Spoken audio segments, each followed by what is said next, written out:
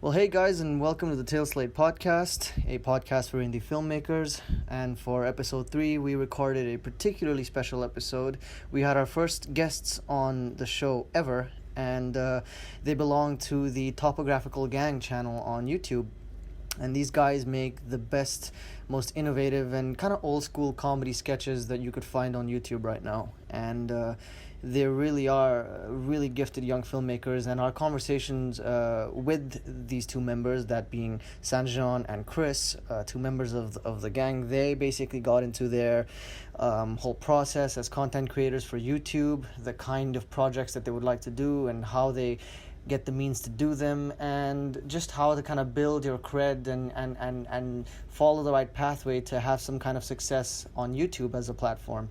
So we also reference a bunch of their videos during the whole podcast, and we're gonna put the links to each of these videos in the description below, and I highly recommend you check their channel out. It's really worth it. And I've found often that with my own work, for a long time before I really started to apply to festivals, and even since, I've always wondered, like, where are my films going to end up? Like, 'cause short films don't tend to have a definitive home beyond your Vimeo page and your resume.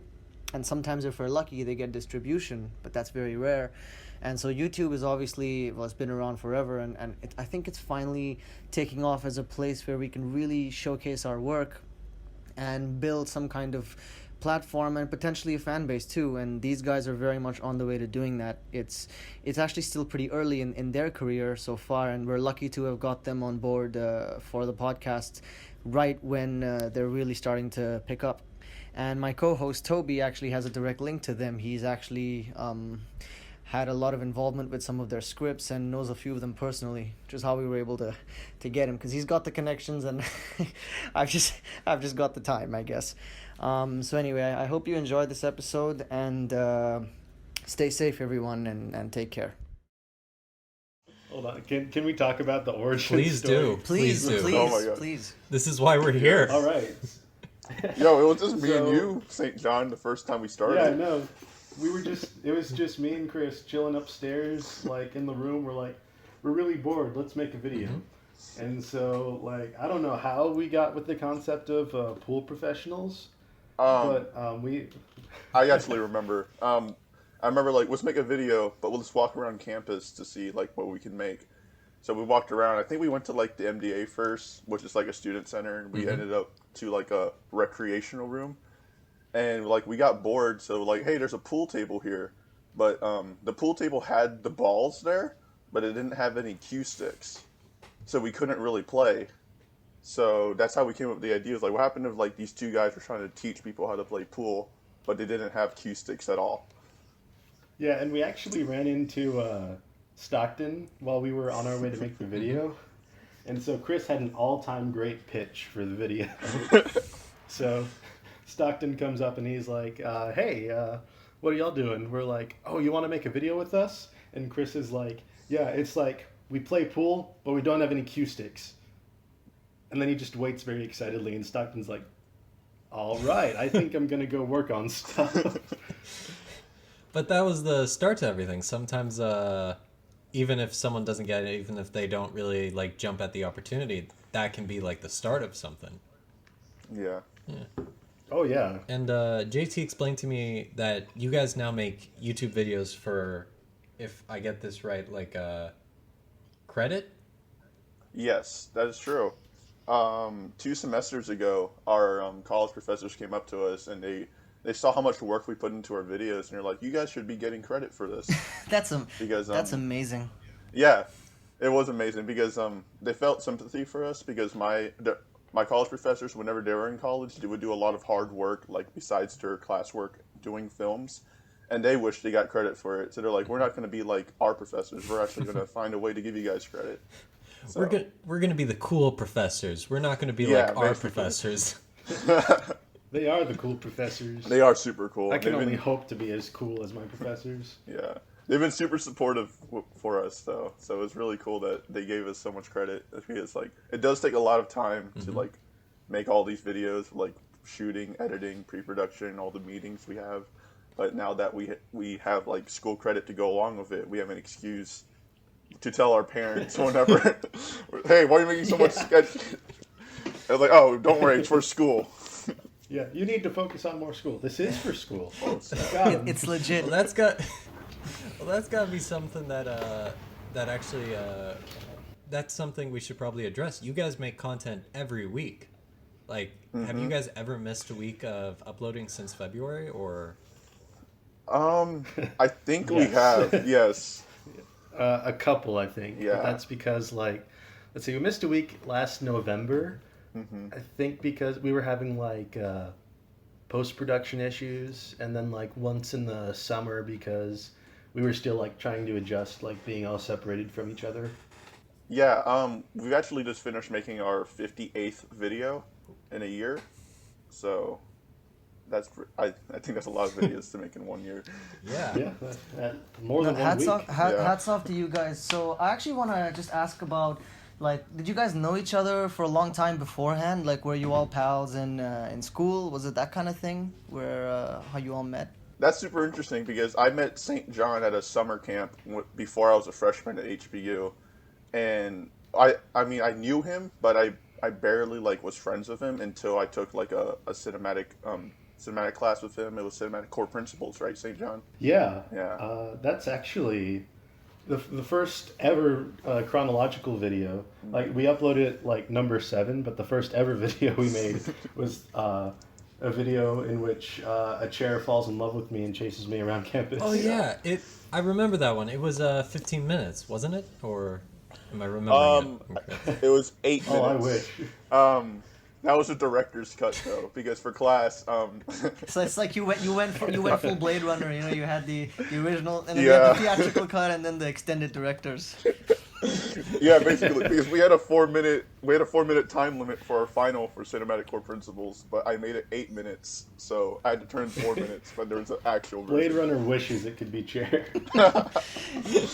Nice. But no, like, it was because of chair, because I was like, oh, I have this idea to like have a chair fall in love with someone, and I need some people to help me out. And St. John was there, and he's done comedy stuff before in that class, and I was like, this is exactly the guy I need. Nice. And because of chair, I grew closer with him, and then St. John introduced me to like everyone else in Top Gang. I was basically the outside guy, but St. John led me in, and then from there we just started making a ton of videos.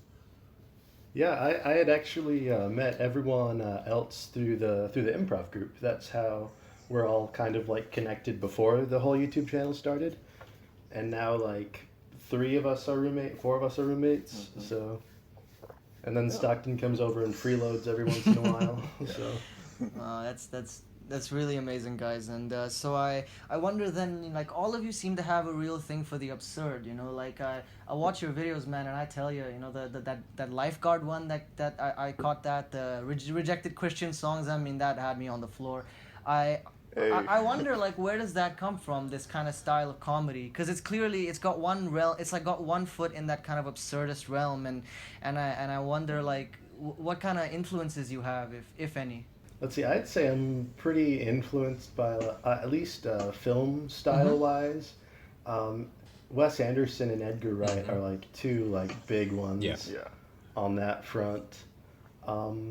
There's like, I think the like more absurd part comes from like a desire to be more unique, to stand out from like other sketch comedy channels.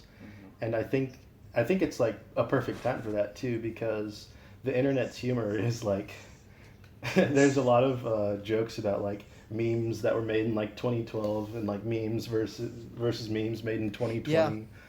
And like, so like I think as humor like shifts to like more and more absurd, I think it's like kind of cool that our channel can reflect that. That's right. Well, also, I mean, adding to that, right, guys, because like I think we're at kind of a paradigm shift, you know, with the way the internet's kind of evolving, you know, and now you got TikTok. You know, we had Vines back in the day. Now we got TikTok. I mean, everything's kind of going crazy. And I think what you guys have kind of succeeded at doing is you do have that absurd edge, but like I said, it's almost kind of nostalgic looking at your stuff, because it really does take you back to like 2010, you know, that kind of thing. And was that a conscious thing, or is it it just kind of happened that way. I mean, it felt like, when I was watching it, that you just naturally had, that was like your style, It just naturally happened. We just wanted to post the content we like to make. Especially when we first started making YouTube videos, we weren't looking for an audience at all. We were just looking to have some fun. It was just great to see that people liked our stuff. So we just continued like writing and doing stuff that we like to do, and it does have that old YouTube 2010 sketch comedy vibe, and I like that. So do you see yourselves doing? So right now you're kind of knee deep in the whole sketch format, with the kind of stuff you're doing. Do you see maybe evolving to like maybe different kinds of content? Maybe that you did that one, the dad one. I think back in the day you had that one where he was like. I think it was like looking for his dad, and then like it's like his trusted best friend shows up. I remember. Yeah. It's like that. Like that was almost a parody of your classic like pretentious like I went to Sundance short film, so which basically my entire filmography as a short filmmaker, but that's okay. He was very offended. Yeah, I locked myself in the bathroom for like a week, man. I was like, they figured it out. No. They know. I'm so sorry. It's okay, man. It's okay.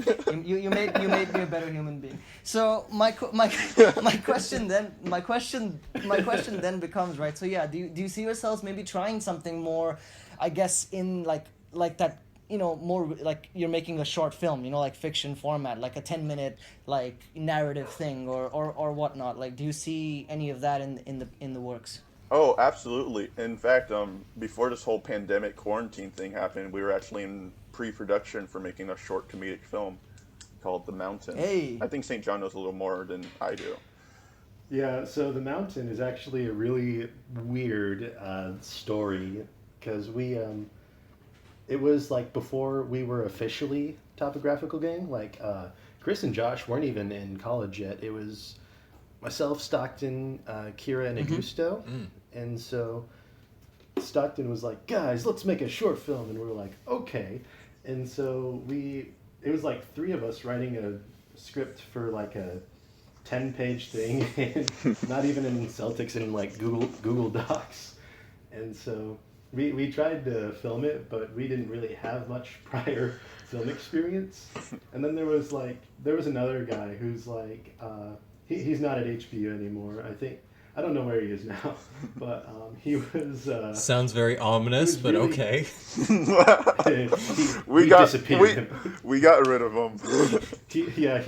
He didn't quite agree with our no style. one knows where he is now. But so he was very insistent on using the Steadicam that that he had no experience using before, and so he was like, what would be a cool angle if I got on that boat. And so whenever we went back and looked at the footage, it was just like completely. It looked like a horror movie, and The Mountain is not a horror. Well.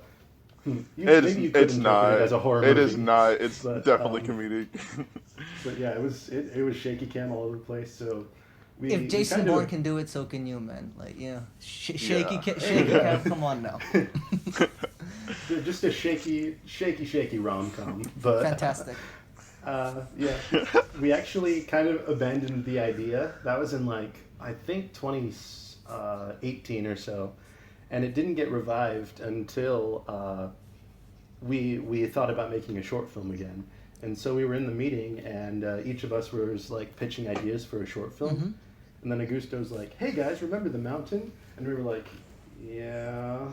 And he's like, "What if we do it again?" And I was like, But it was Chris and Josh's first time reading the script, and they really liked it. Yeah. So we decided to go ahead and try to continue it again. But of course, coronavirus hit. Yeah. And so we're thinking that this might just be a cursed movie concept. No, man, it's a blessing, because that gave us Wash Your Hands, which was amazing. So.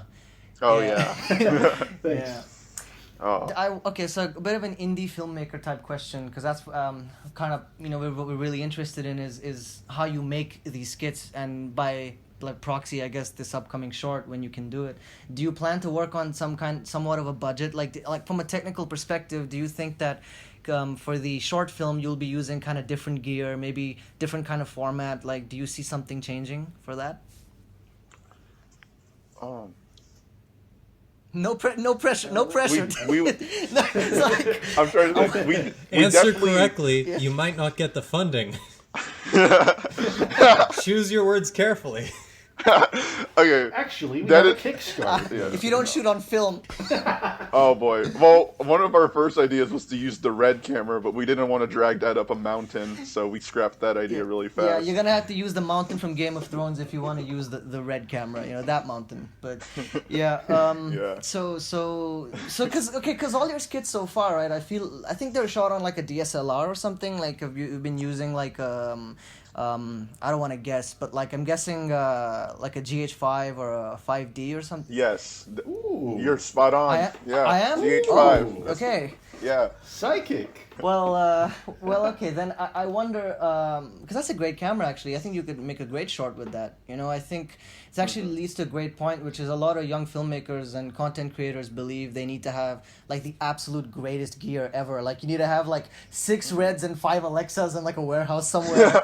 And I think you guys really lend credence to that idea that you do have a great camera, but even so, it's like just make do with what you have. You know what I mean? And I think that's a great lesson. So all right, so do you guys like when it comes to the editing process for your work? I love the way you guys edit your stuff. I mean, it moves in a very kind of intriguing way. It's when you said Edgar Wright, I kind of like, oh okay, I was like seeing the links there. So do you all kind of have a say in the editing suite, or do you delegate it to one person? Like how does it work in post? I think one of the greatest things about being part of Topographical Gang is that there's 6 of us, and usually for each sketch, there's not one person doing the same job as they did last time. For each sketch, there's a new director, of photography, there's a new editor, so the styles are always switching up between videos. So usually whenever we usually delegate an editor in pre-production whenever we do a meeting for the sketch we're going to make that week. So it definitely it depends on the person who edits it, and then also like the person who edits it can obviously call on us to like take like an editing pass on it, do a sound pass on it. So it's a little bit from all of us in the editing process. Great. So like you all kind of have a say to some degree, and yeah, like I think like each of you would have your own kind of like taste, like what you'd prefer to do, what kind of video you think suits you more. So it's that kind of thing. What I noticed at one point was watching your videos is I could start telling like, okay, this one was written by Chris. This one was definitely written by Josh. This one was written by Sanjan, and and you start getting a tell because of like you can start seeing the similarities between them.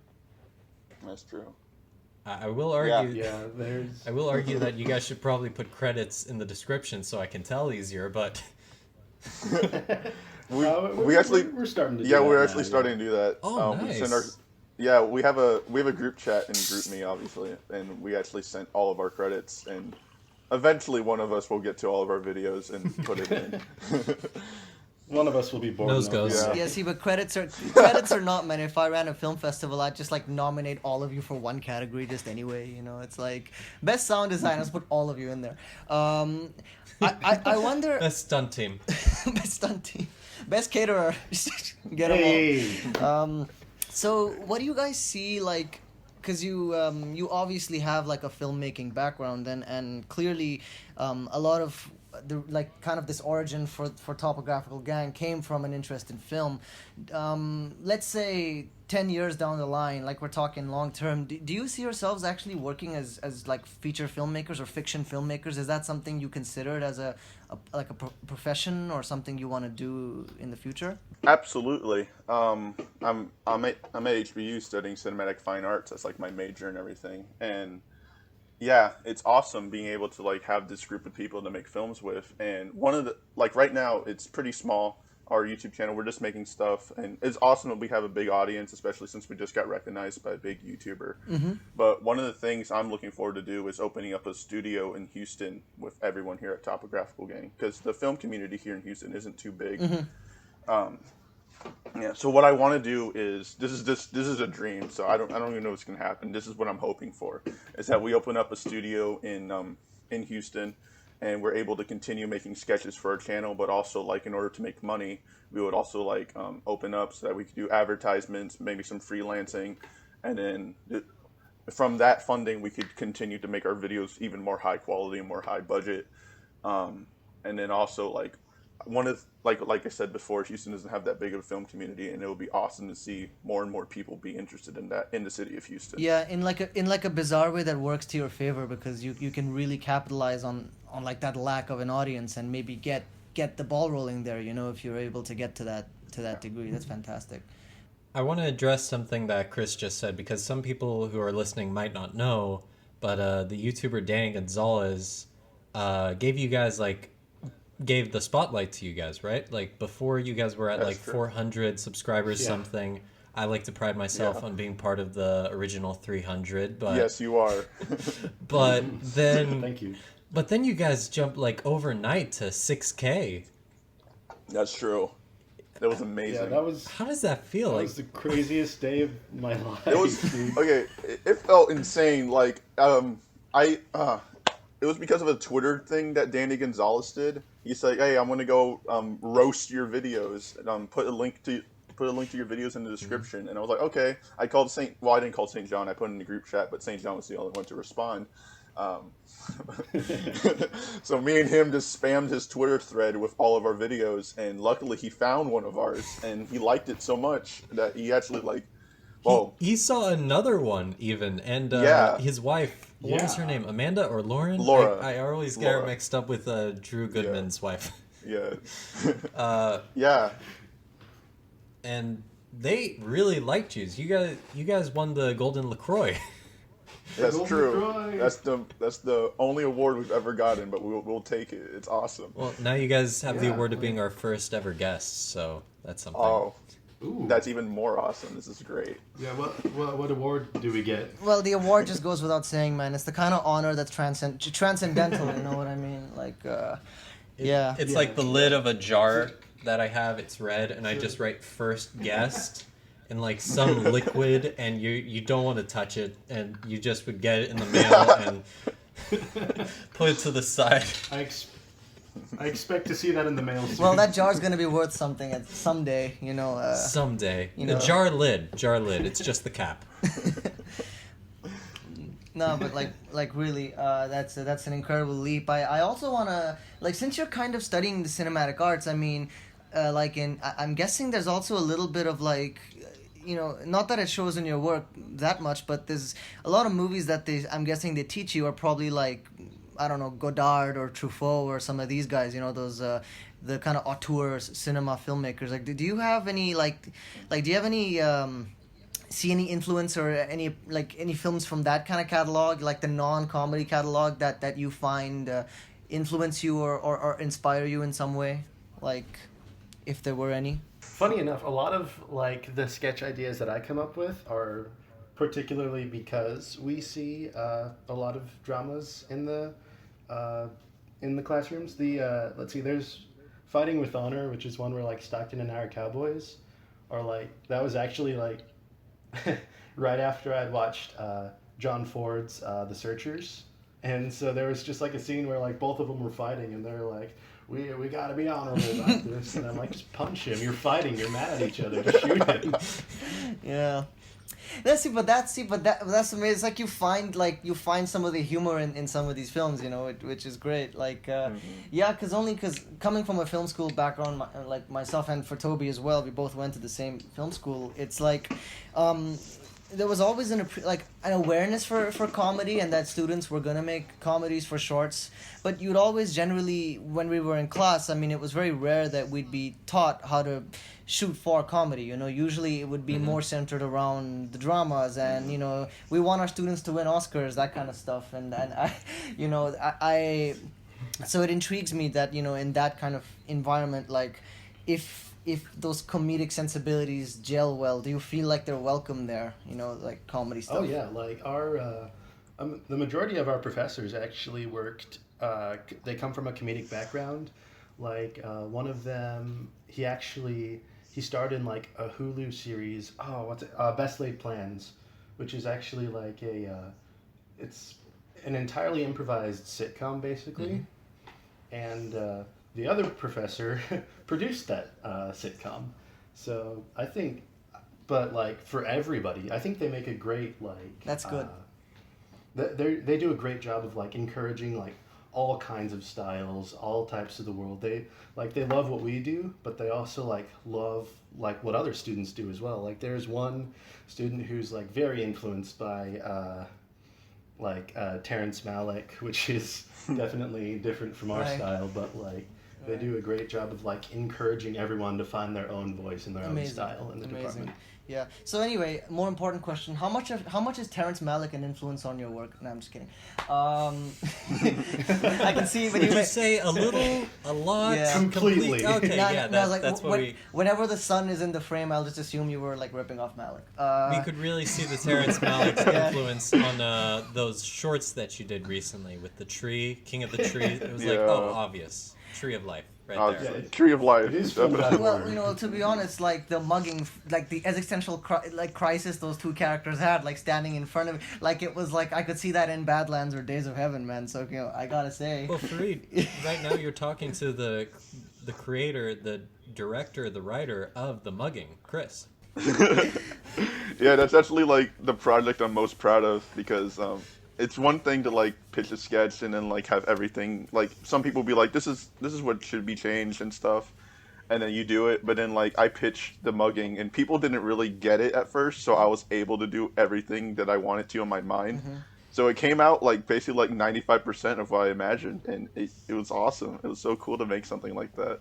So actually on that thing with the mugging, how did that land in your head? Like, was it just like you thought of that scenario and like what if they pondered on it more? Was it just that? Like, I had a huge inspiration from a musician named Jack Stauber. I don't know if you ever heard of him. I have not. His music is weird. It's sort of like a surreal sort of thing, but one of the things that he does is he usually has music that accompanies his his music accompanies like short animations, and one of them was about two guys. One guy was stuck underneath a rock, and another guy was just there, and the guy underneath the rock was asking for help.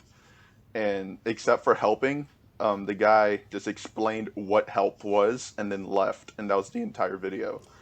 And I was like, okay, that's interesting. And then from that, I was like, I think what would be interesting would be like, what would happen if someone was mugging someone and someone just explained like, hey, if you mug me, that would make me sad. And then I was like, imagine if like the world was that way. And then that's when I wrote the script. Well, can you tell us where we can see that, or do you send us a link so we can put it in the description? Yeah, I could definitely send a link to that video. It's on Topographical Gang. So. Yeah.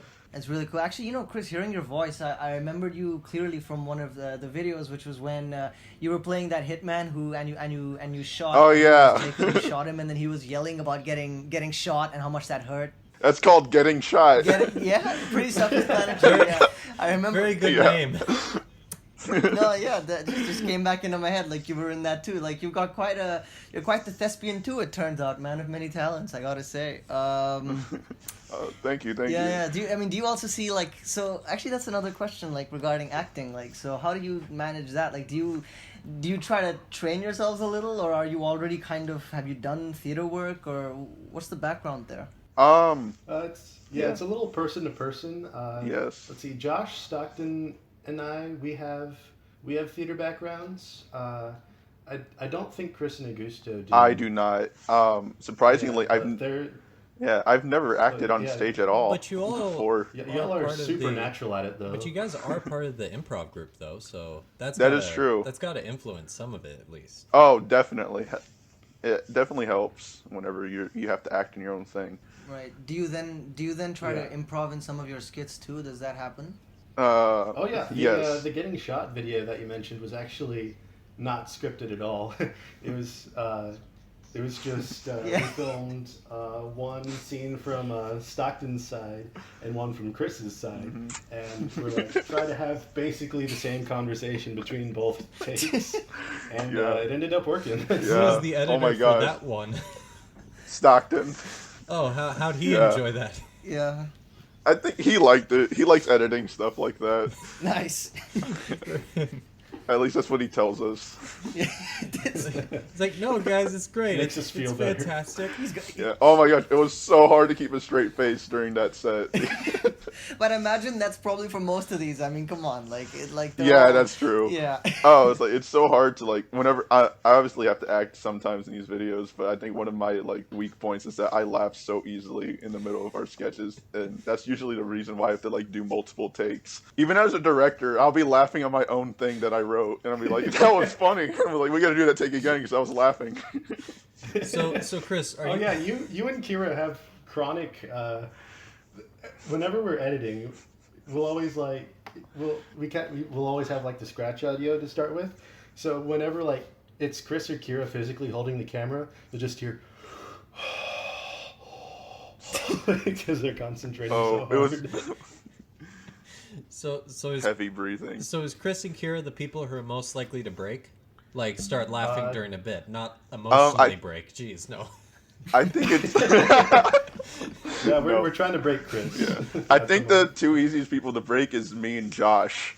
I think yeah, Kira is fine. Whenever she starts acting, she'll get into a serious mood. But for You're Fired, one of the shots was me and Josh having to stare at each other for like 10 seconds as we walk intensely towards Augusto. And that took like 20 takes because we could not keep a straight face at all.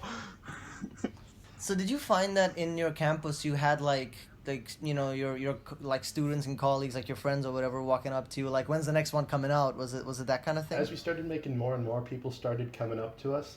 They were like, "Hey man, that video is funny," and I was like, "Oh wow!" And then people started being like, "Hey man, you know what would be a great sketch idea?" And we're like, "What?" And then some of them are not as good as others. Yeah, it's true. I think one of them was like, "Guys, you know what's funny? Like whenever you're late for class." And we're like, "Yeah." And he's like, "You should make a sketch about that." Well, add that to the list, like it goes on and on.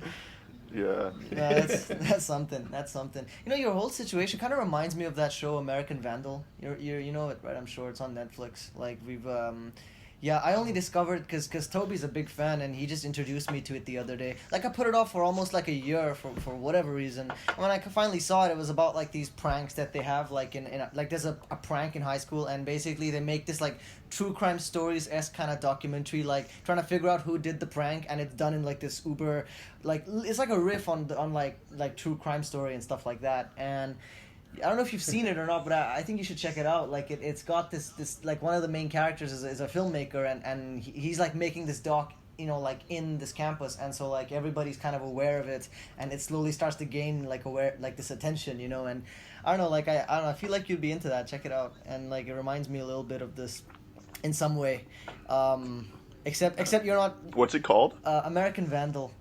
Okay, I'm gonna write that down. Yeah, you got to.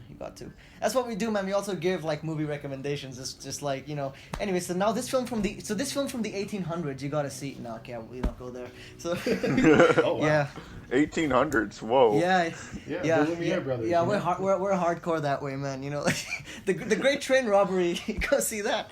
You gotta see. Dude, you haven't seen a train pulling into the station? That's a classic. Man, that's like first jump scare in cinematic Bro, I got, history. like, Popcorn muncher. Dude, I got the Blu-ray right next to Die Hard. Like I put it on, like Great Train Robbery. Yeah. Part of the Criterion collection. Exactly. Train pulling into the station. Exactly.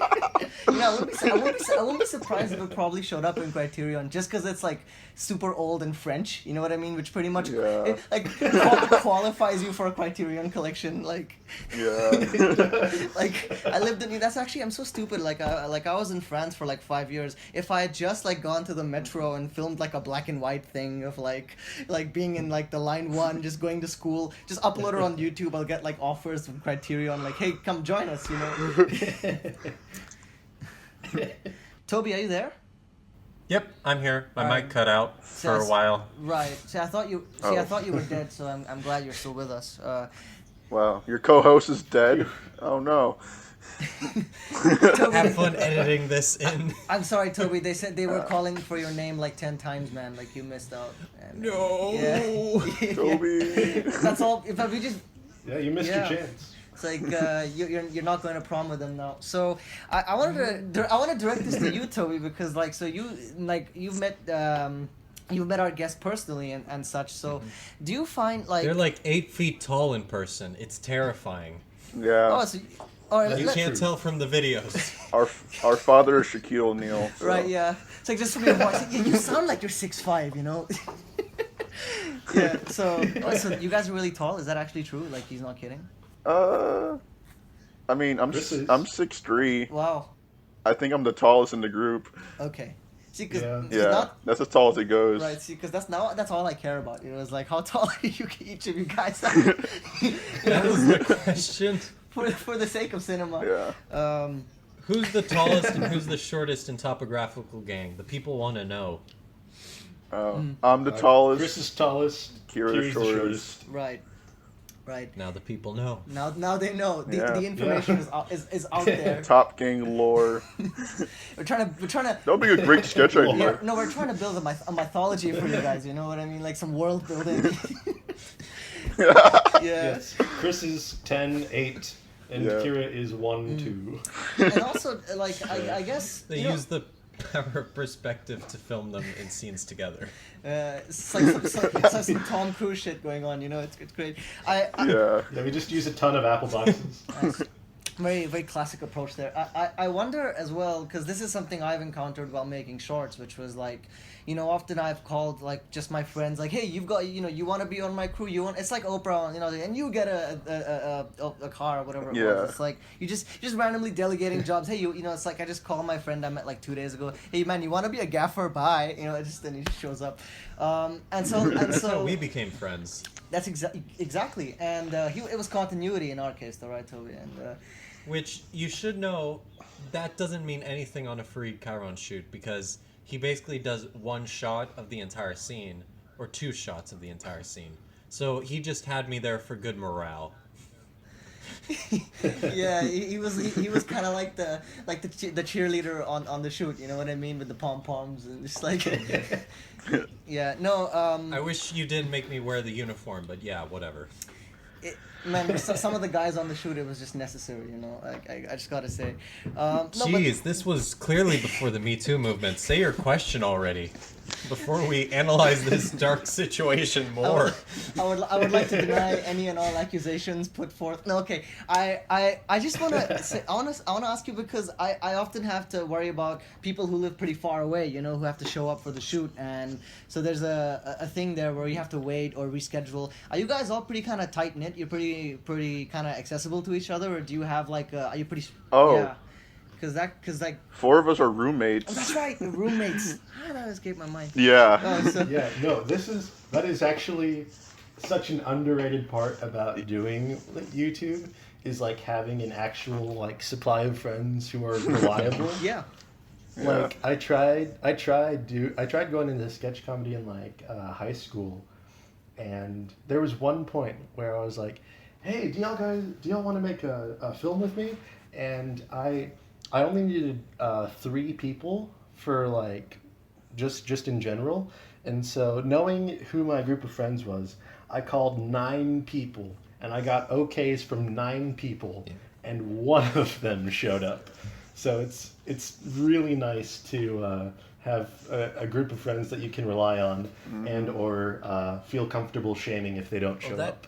Man, that's such a big part of it, because so often people are interested in the film idea of like, oh, let's make a movie or let's do something, but then when it actually comes to working on it and much more like making it good and presentable, everyone kind of just disappears. And what I definitely noticed when I sat in on that writer's room with you guys was everyone there wanted to be there. And that was, that's remarkable, because Fareed, we work with people who love film and stuff, but sometimes people don't want to be there, and you can tell, and it weighs down the entire process. But you guys, like, like, no matter what, like, everyone wanted to be as good as possible, and it really shows. Yeah, it's really cool to have a group of friends that are as passionate to film something and make something presentable as you are. Usually our meetings, we only schedule them to be like an hour long, but most of the time they end up like running 3 hours because we have so much stuff to say. So it's really neat to see that so many people, especially whenever it's your own project, that so many people are on board to like help out on your thing. Yeah, and also that you don't have to force anyone, you know. Like I tell you, so because I grew up in Kuala Lumpur, Malaysia, right, which is like, it's not exactly like the grand castle of cinema, if you know what I'm saying. And so we in the high school I grew up in, it was always about forcing people. And until you read stuff on in the new Star Wars movies, like the director's left because of creative differences. You know what I mean? It's like you get a little taste of that when like you want your buddy to wear like a leather jacket in the summer because it's for your Matrix parody, and he's just like staring at you like like I'm gonna kill you if you ask for one more take, and I'm just there like, man, we're a filmmaker. You wanted to be right, don't you? Yeah. And I'm guessing you guys have maybe had some experience on that front too, maybe in the past. I don't know, like when you were younger. Yeah. I remember in high school, I actually did a film class, but it was absolutely terrible because everyone was in there just to get an easy A. And I was there to be like, I want to expand my film knowledge, but because no one really cared about turning in a good product, because no matter what you turned in, you would get 100 on it. But no one really put in any effort, so it's really, I did not like it at all. I know what you mean. Back in 10th grade, I had my first film class, and I was so happy because originally it was full, but then and they put me on the wait list if anyone dropped out. But then like I got to take it because someone dropped out, and I remember the first day, and all the love to the teacher, but he was the basketball coach. Not a film teacher. Our basketball games. Apparently, recently they changed the class, so it's actually much better. But the first thing he asked was everyone like, "Why do you want to be there?" and stuff, and everyone said because I need to do an arts credit, and I was like, because I really want to make movies. Oh. Boo. Yeah, and I was just, and I left that first day, and I was like, man, I feel like I'm gonna do so well in my class because I'm the only one who wants to be there. And then afterwards, it's like, oh, I have to work with people, and we have to make stuff. And in the end, like the final project, we didn't make and still passed. It was, yeah. It came to a point in my film class in high school where, like, at first, like, the first, 2 months I was there, I was like, hey, guys, let's do something. Let's do something really great. Let's put some work into it. But then when I started realizing, like, people didn't care, and then I stopped caring. Yeah. So for our final, our teacher gave us 3 weeks to make something, and I literally just filmed something in 20 minutes, edited it in 10 minutes, turned it in, and she said it was fine. And then for 2.5 weeks, I played Mario Kart. And that's it. And then there's some of that in college too. There's a class that's called Collaboration and Communication. It's called what? It is designed Collaboration and Communication. And it's designed to make you hate it. Like I lucked out because the semester that I took it was still at like 3:30 in the afternoon, but the professor swung it so that it's now 8 in the morning, and the entire class is just entirely group projects. And so what you learn is that the more people you have, the more people will flake on you when it really matters the most. I get that. I know that feeling a lot. But like you guys don't have that issue now, do you? Or is this now where we get into the topographical drama? No, not really. No. The only drama we've ever had was we collaborated with this guy named Rizzo, and we were like, hey, this is a big thing. We wanted to make like a Halloween special. It was like, it would be great if all 6 of us worked on one script. Oh. And that didn't turn out too well, because usually our scripts are, we write it and then we pitch it, and then people like say, hey, you can change this thing. But we decided to have all of our ideas in one script. And that didn't work out because we all had different ideas what we wanted to do, and that was a little bit of a hostile situation, and it ended up being so hostile that while we were arguing, St. John just went to the computer and wrote the entire thing himself. Yeah, I was like, man, I'm not being heard. I'm just I'll force myself to be heard. Hey, first person to write it, that they get it. You know? Yeah, that's true. That's what we ended up going with too. So yeah, people ended up liking it. I was surprised. Which one is that? Sell That House. Oh yeah, that one's pretty good. Mm-hmm. Yeah, it was good, but Thank you. That's the most hostile we've ever been towards each other. Was because like we thought we had the premise of like a ghost trying to sell a house, but we all had different ideas, and then we just ended up going with St. John's. Well, me and Freed, we often talk about like working with your friends and what's the best course of action because we have our previous experiences. But like, how does that work with you guys always working as friends? Is there something you guys do to be careful to make sure that the relationships stay strong, or what? Like, you guys have been doing this for a year now. Do you have any advice? Ooh, advice time. Yeah, let's see. I think one of the most important things is like, just kind of, if you're like having issues, like it's good just to like air it out. Like don't be like stewing in the corner, like holding grudges. No, like air it out. Like it's I feel like we're lucky to have gotten to the point where we all kind of know each other pretty well, and so we'll like know if someone's like mad or angry or stewing or whatever it is. So yeah, just kind of like talking through things as a group, I'd say is a good like way to make sure that like making sure you're not like hurting any feelings or like stepping on people, and like I think like a very important thing is just to like to listen to people whenever they have concerns. We're all here for each other, and we're only trying to build each other up.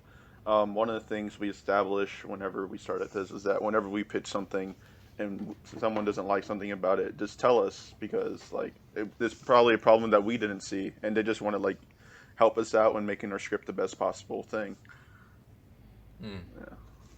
Because it's kind of you could beat around the bush like you do like whenever you do like classroom critiques with a person you barely know, like, oh, that script was great, but then like whenever you're with like a group of people that you trust and someone says, hey, your script isn't that great, it actually sucks, so you got to be able to allow that type of stuff, because they're only out there to help build you up when in your writing process. And and you gotta be safe and trust those people when they can.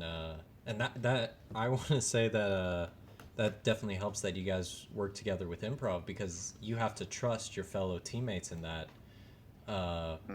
to know that they won't like screw you over, so they can get the better joke, and that whatever they do is to protect you in the end, to help you to make the best bit as possible. That's true. Yeah, trust is definitely one of the big parts of it, because whenever we were just starting, I'm sorry, Chris, but I did not trust Chris. Hey, I like, completely understand. He has one of those faces. Like, I get it. Yeah, dude, I will admit I was not good at improv when I first joined. Well, there was like one sketch idea that he had that I was just like, I feel bad because I like shut it down. And I'm like, no, that's a bad idea. Why would you do that? Which one was it? Like, the dude watching a blank TV. Oh, that never got made. Yeah, it never got made. I kind of want to see how you would do it now, because like, after like seeing like your work and like seeing like, oh, he really does know what he's doing. It's like it's great to be able to look at something and be like, I don't get it, but I trust you. Yeah. And then like Chris pays it off every time. So. That's nice. Yeah. Chris, you got anything? Yeah. Daddy's back. Oh, awesome. Yeah. I've been looking for... What? You went to the store 5 years ago. Where's those cigarettes you said you were getting? Sorry, boys. The milk is long expired now. I have to apologize. Chunky milk. Yeah. Oh yeah, don't chew the crumbs. But like, I'm glad. No, you guys were on to a really great topic. Carry on, please. Like, so you were talking about like trust and such, right? From what I gathered. Yeah, we trust people not to interrupt the conversation and just leave us. Oh snap!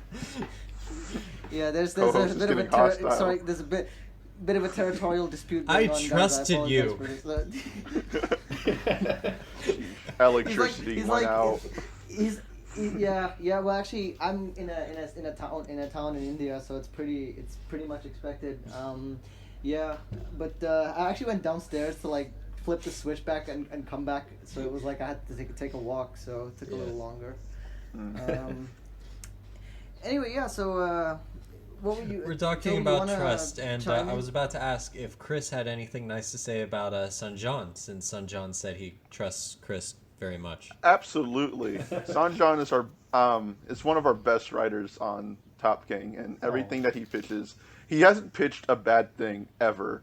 And Wow. everything he pitches is like Well. you know for a fact that it's going to be good, because St. John, not only is he a good like writer, he's also really good at directing. Mm-hmm. He knows like how to make a set like have a fun atmosphere. It's always fun to film with St. John. Oh, thanks. Yeah. St. John, so Chris says that, at least this is what I hear, a rumor going around, that you've never given a bad pitch. I don't know about that. Well, you In definitely my have a memory, good track I don't record. know. Do you have any advice? For pitching? Yeah. Or... Like, just for coming up with ideas, which ideas do you hold on to? Or are you just born lucky where you say anything that comes up to your mind and it's like it wins? No, absolutely not. I think you. I'd say if you're pitching something, make sure that you know it inside and out. That's true. Like make sure, because like people can ask you all sorts of questions that you won't be prepared for. Mm-hmm. So you gotta like know the script basically before you pitch it, and you also gotta know, is this pitch worthy? I've written. There are several scripts that I've written yet not pitched because they're just like I read it and I'm like, well, that was a state that I entered when I wrote that. So I was clearly in a mood. Yeah, I left my body for a bit, but that's what I meant when I say that. I realized this is actually awful. But yeah, that's what I meant when I said like St. John hasn't done a bad pitch. He's just usually I've read some of his scripts, and I will say some are better than others. But he makes sure that he chooses his best scripts to pitch, and then the way that he describes anything really is like it's such a descriptive and immersive way that you kind of get a picture of your head of exactly what he's thinking of. oh, thanks. Yeah. Which is usually why I have St. John like reword my pitches whenever I pitch something. So, you guys have been working around together for a long time. Maybe we could talk about some memorable moments on set, because I think that's something people love to hear about, like just stories on sets. Everyone's got one. You guys got any that comes to mind? Yeah. Oh man. The Let's Streetz. see. Oh yeah. Oh yeah. So- one of our sketches was called The Streetz, and we filmed it outside in winter, and it was like 30 degrees outside, and the entire set. Yeah. It was fun. It was almost below freezing. So. And Yeah. this is the sketch where you guys strip half naked, right? That's true. Okay. Yeah, I guess half is accurate. Let's see. That one was honestly my first experience working with Augusto. That was about the same time we filmed Chair, actually. Yeah. And so it was really cold whenever we got to that part. We actually filmed it over 2 different nights. Oh And, yeah. So we were cold 2 of different course, nights. like the day that we were majority shooting, was like it was fine. It was like 70 or something at night, really humid, but it was fine. And then of course, like the next night, it's 40 degrees, and so Chris's role on the set that day was to be what Augusto called the bear. So whenever the take would finish, Stockton and I were like still shirtless. So like Chris would so Augusto would call bear, and then Chris would like run up and hug us with a blanket. Yeah. Oh shoot! And that's also there was a guy who came up on the first night. I don't know if he was like homeless or not, but he came off that way. And I remember this. Just a vibe. just a homeless vibe. Yeah. He was wearing a so he, suit like- and came out of a limo, but you could tell. You could tell, yeah. Like someone just gave it to him. No, but he's like, oh, you guys filming a movie? Yeah. And we're like, yeah.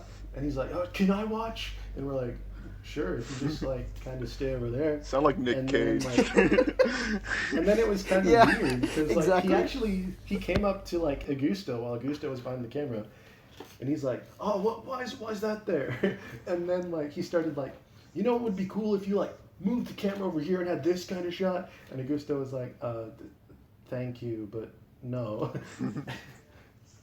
And then so he was there for like almost 2 hours, and so it was a strange experience. I don't remember him leaving, but I guess he did eventually. He but it was ascended. just like a strange experience to have like someone come up and be like, who I so far I don't think he had prior film experience. Yeah. But he was like just coming up and like trying to be an assistant director. Don't you realize who that Yeah. was, Sanjon? That was Martin Scorsese. That's what he does on his Oh, yeah. weekends. Ah. Martin Scorsese with his blonde goatee and red beanie. Oh, never mind. Martin Scorsese got to see you shirtless, man. It's great. Oh, St. Oh, John, it jeez, was that you in must the have been future. extra awkward. Was he there for the shirtless bits? I think Yeah, so. no, Scorsese came up and he's like, "Where's the mob?" And so Yeah, it's just Chris thinking wrote Mafia. that's the real Wolf of Wall Street. You know, he looks at you. Like, Yeah, maybe. Well, yeah. And hats off to you, by the way, for Sanjon for learning that like Spanish, wasn't it? Like in that one. Or whatever Oh. you're trying to do. okay, so What? Augusto is he's from Peru, and so he showed his brothers the video, and he said that one of them said, like, you know, that one guy Stockton, his Spanish was like really good. The other guy, it sounded like he was just speaking a completely different language. Yeah. And like I don't claim to know Spanish, but I just did it because it not only was it cold, but it would have also made Augusto happy. And what he didn't tell me is that it would be screening in front of an audience. Well, you're screening how big And of an so audience? 100, There's like- 120 people. About 100 Wow. people or so. And so Houston is a very diverse place, so a lot of people there know Spanish. Yeah. And so whenever I was up on the screen, I would just like kind of just hunker down in my seat and be like, "Oh!" Oh boy. I remember Like people that. were laughing very hard. That was funny But- because I have a friend named Osvaldo, and like he's Hispanic, and like he said what you said, St. John, that like Stockton did a good job with his Spanish, but he described your Spanish like he said you spoke Spanish so bad that it sounded like you were just speaking a whole made-up language that you made up by yourself. I was not speaking Spanish. The subtitles helped, but I was not speaking Spanish. Oh boy. I remember screening free hugs in front of an audience, and that wasn't fun. Oh yeah, That was it. What that's happened? the sketch in which you play. Oh. That's. Okay, I'll so let you tell it. in free hugs, it's about a guy who like charges for hugs, and the guy who like pays Yeah. up. He says like, "Hey, go to that free hugs guy," and I'm the free hugs guy, and I'm like, I'm sweaty, I'm drooling, I have a really tight shirt on me, and I'm hunched over.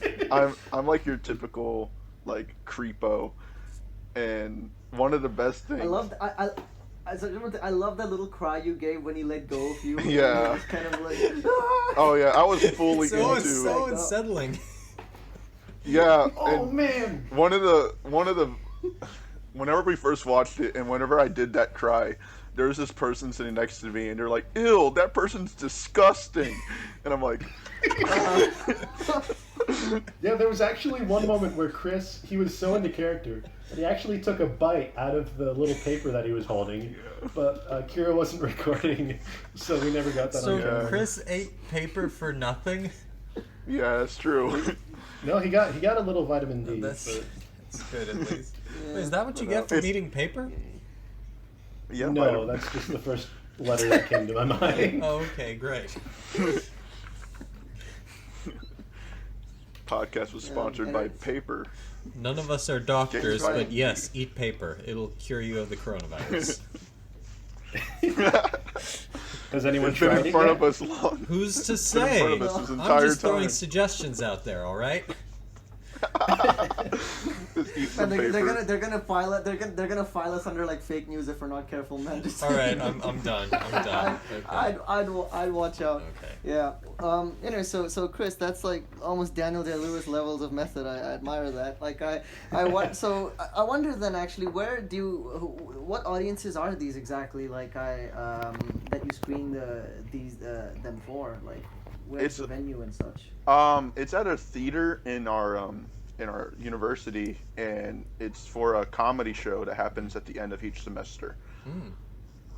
So people there, it's not just like sketch comedy. There's the main highlight of the show is stand-up comics that go up there and do it, and sometimes some people from Top Gang do stand-up, and then like in between switching comedians, they would play a sketch, and we ran the entire show because we were the only one that made anything. So. Right. That's great. And well, okay. Do you think of perhaps sending your work to like film festivals or something at some point? Like for example, The Mountain. When you were done with that, like, do you want to maybe try doing that as a possibility? Absolutely. Oh, totally. That's totally the plan. Like we wanna make a short film and like run the circuit before we like upload it. It would be really cool to like have something like a little resume booster, you know, getting some leaves on our films. I was gonna say you want those. I mean, because like right now, I think the thumbnail which you got leaves on is the like the one for the dad short, right? Where it's like this like best 1-0 or something like that. I don't know, like the most film ever. I think is the caption. Right. Yes. Right. Right, yeah, because that's like, yeah, you like getting that Film Freeway account and just putting it through the circuit. I think that's what most for a lot of like young like independent filmmakers who are not necessarily content creators, like that's kind of the only avenue that they've got, is to try to put their films through festivals, hopefully get it shown to the right people who then go, hey, do you want to meet and maybe talk about another project? And that's kind of so. It's probably also a cool way that you guys could maybe find other like-minded people who then you could collaborate with, in the future, just for whatever purpose. So I think that's awesome. And so yeah, I mean, I guess on a kind of a grander question, I mean, Toby, I think you were onto some really when I was temporarily indisposed, shall we say. I love that you talked about trust and sort of about collaboration, because then that leads to kind of sort of on a grander sort of scale. Do you see that when you maybe, because you mentioned getting a studio and you mentioned that possible dream, and so the idea is you're all kind of lifting each other up, right, together. So when you, let's say, enter the industry, I think you I'm thinking about like Lonely Island or something. Would you still want to stick as a group even through that? Which one of you guys is Andy Samberg, and how will he eat the others? Oh wait, we mentioned this. I forgot who it was.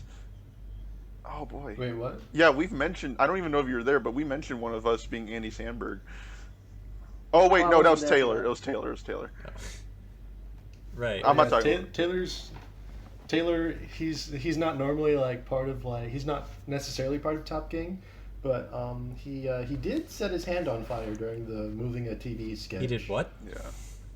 Like there's whenever they drop it into the fire pit, there's actually like 2 frames, or 2 distinct moments where you can see like Taylor's hand is like legit like on fire.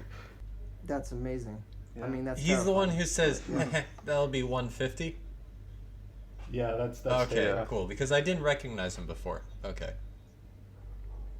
Because sometimes you guys actually have actors outside of Topographical Gang, like JT, my friend Andrew, Daniel Nguyen. Yeah, sometimes we're just like, sometimes we think like someone outside of us would also be good for a role. So we're like, hey, you want to do this thing? And they're like, sure. And then we set their hands on fire. So. And now he'll never work with you guys again. Yeah. In order to join Top Gang, you got to set your hands on fire. It's the initiation. Yeah. Okay. We all have to do it. All of us have done it. Fantastic. Well, but makes for a great bedtime story for your grandkids. One day Grandpa got his hands on fire to be in Topographical Gang.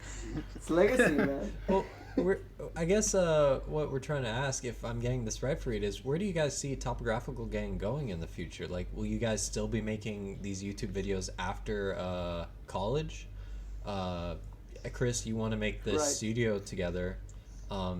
Like, would that be a new iteration of Topographical Gang, or is it something that you guys to have like a finite end where eventually you'll be done with it, or are you guys just going with it in the moment and I'm just overcomplicating it? I think what's going to happen is that we're just going to keep on going, making the content that we're making, and then obviously we're going to try pushing it online so everyone can see it. And if YouTube ends up like giving us a spotlight and we do end up getting like a ton of subscribers and we can make a living off YouTube, that would be awesome. But I love the relationships that we've built in Topographical Gang, because it's really hard to find that group of filmmakers that you trust. So it really all depends on our success on YouTube.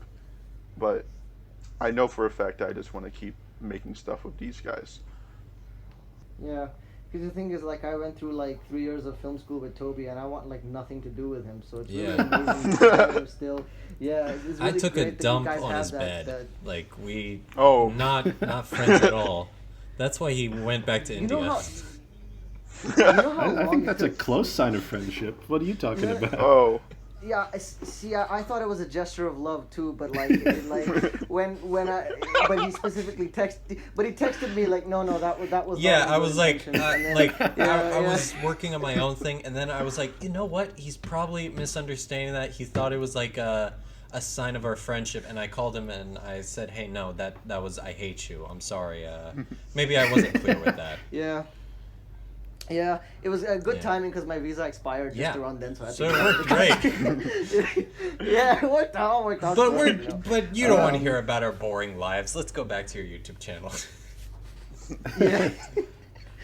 Well, it actually, Stockton's actually, one of his common threats is pooping in shoes, so relates a little more than you think, maybe. No lie, I was actually gonna say shoe before bed. Like, I was gonna say poop. Man, y'all are natural Wow, fits. that's Let's great. collaborate. I don't What think do I've you ever know? spoken to Stockton though. Like, I think I spoke to him once at the writers' meeting, but I think he was very busy with school at the time. So I just know him he's from always the busy YouTube with videos. No, that's basically what he's like. yeah. Just pooping in shoes. That's We basically punch him in what the it's face a like. lot. Well, Because besides he could take it. besides the streets, you guys told me that you also had some good stories from Wash Your Hands. Like, that was the first Yeah. video after you guys spotlight by Dan Gonzalez, or was it? Or am I getting this mistaken? The first video that we got, the first video we uploaded after we got spotlighted was the short compilation. The Can I Say Something Crazy? Okay. Yeah, but Wash Your Hands, I thought was quite memorable because wherever we went, like we had 3 run-ins with the same policeman on the same day. Like we were trying to film in like one building, and like the policeman comes in and he's like, y'all can't be here. And he's like, he seems very apologetic about kicking us out as well. Like he seems like very non-confrontational at first, and so he's like, "What are y'all doing here?" And we're like, "Oh, we're doing something." He's like, Do it somewhere "You else." aren't supposed to be here." Yeah, and so then we went to film at the football field, and as we were coming out, the police car comes up again as Stockton's. He wanted to climb on top of like a big shipping container to try to get a shot. But as he is, like the police car comes around the corner, and we're like, get down. And so then he comes up and he's like, it's the same guy. And so he's like, what are y'all doing? And Stockton was like, oh, I accidentally threw a Frisbee up on there and I was trying to get it. And then Chris and I were like, no. No! We were like, don't lie to the policeman. And It wasn't even a good lie. Like, you're gonna go up there and not bring down a frisbee? Oh no, it's not a frisbee, it's a camera. Yeah. And then like then we tried to go back to the same building that we were in before to get a shot like in the bathroom, because we wanted to do the line dance that you see in the video. We wanted to get that in like an actual bathroom, but I started getting like a big headache, so I went back a little early. And on my way out, I see the same guy, like he's in the building. He's just following us around, and so. I'm guessing that he wanted to be part of the process, but he just didn't know how to say it. I had to make a teeny location change, which is hence why I was silent for a second there. Yeah, okay, just had to move rooms. Yeah, I'm still kind of getting used to this because I was like in an apartment in France, you know, and it was so different as opposed to India. I'm really, because I haven't really been back in years, so I'm just kind of sinking in the change as we're speaking. Do you guys, since you guys like, I know you shoot at HBU and stuff, has there ever been a time where you thought of an idea and you thought it'd be very funny, but then you thought, no, we can't do that because kind of, I hate using this word, but censorship of it? Let's see. We don't really deal with that too much. There is like we are trying to like be a little consistent with our tone. So it's like, while we make dark humor sometimes, we don't want to like, you know, like we don't want to put in sex jokes or like crass language all the time. Yeah. I mean, I guess it would fall somewhere between PG and PG-13, PG-10, I guess. There are a couple scripts that we've had to like be like, no, I'm pretty sure we can't do that. Oh, Blind Cop. Right. Yeah, Blind Cop is one of them. Wait, the name of it is Blind Cop? Yeah. Yes. That's amazing. And there's another one that's like, it's like so it's really funny. Augusto wrote it, but like we probably wouldn't be able to film it because every single joke revolves around like one word, and that is a word I am discouraged to say. Oh, jeez. So. Yeah. Okay. I see. I told you. But it is funny. I told you, Chris, a little while ago that I had a list of sketches because sometimes I write them myself, and I remember seeing this movie called Day of the Dead. Have you guys seen it? It's the final one in George A. Romero's zombie trilogy. No, I've not seen that. Oh, well, fantastic trilogy. Great for the quarantine. Makes you scared and sad. But Ooh, awesome. And also the middle one is really funny. But anyways, there's this one point where they have this zombie locked in this lab and they're trying to train it to be human again. And apparently this zombie must have had a military experience when he was still alive, because they give him a gun and he knows how to use it. And so me and my brother were watching it and we just look at each other and say, "Gun zombie. Don't worry, that zombie's all the way over there. It can't hurt us. Oh no, gun zombie." Oh, Stockton and Augusta would love that. Yeah. I mean, I love it too, but that's their field. What? Well, I'm sure other people would love it. What's the funniest sketch idea you've had that like you couldn't make because it just seemed too dumb, but you really love it though? You really love it. Blind Cop. Okay. I feel like you just have to make Blind Cop now. If you can't make how much you're if you can't make Blind Cop, at least like pitch us Blind Cop here, you know? Like, let Blind Cop have a life of its own on this podcast. Give it some legacy, you know. The legend of Blind Cop. It's basically like a robber steals from a bank, like he steals a ton of money from the bank and like, haha, no one can stop me. Like he's a stereotypical robber. And he's like, I can, Blind Cop. And then Blind Cop just like runs directly into a wall. And then it's just a ton of blind jokes about a cop who's blind. It ends with the blind cop pulling out a gun and shooting everyone in the bank and the robber getting away. It's just it's part of the equal opportunity program they have now. as for me, there was like I just wrote something so dumb. There, I did like I did a Rick and Morty marathon right before watching a movie that you, Toby, recommended to me, The Happiness of the Katakuris. Yes. Which is a fantastic movie. Link to the description down below. To say, after watching all of that stuff, I was just in a weird mood. Yeah. And so I wrote a sketch about there's like a pizza delivery man who has to deliver pizza no matter he has to deliver pizza to the person no matter what. And so the guy that he's supposed to deliver pizza to dies between the time that he orders it and by the time the pizza guy gets there. So he has to go through purgatory to find this guy. That could be a spiritual successor to the what was it? The one where it was the second one that Danny Gonzalez said, delivering pizza in Houston with the hurricane season. Oh yeah, delivering pizza in purgatory. That's the next logical leap. Of course.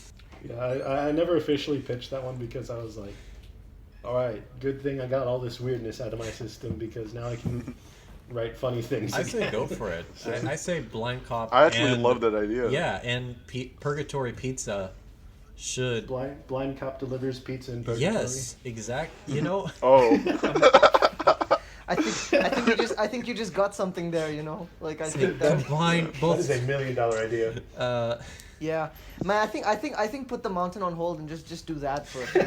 Strike while the iron's Blind hot. Cop delivers a pizza into Blind purgatory.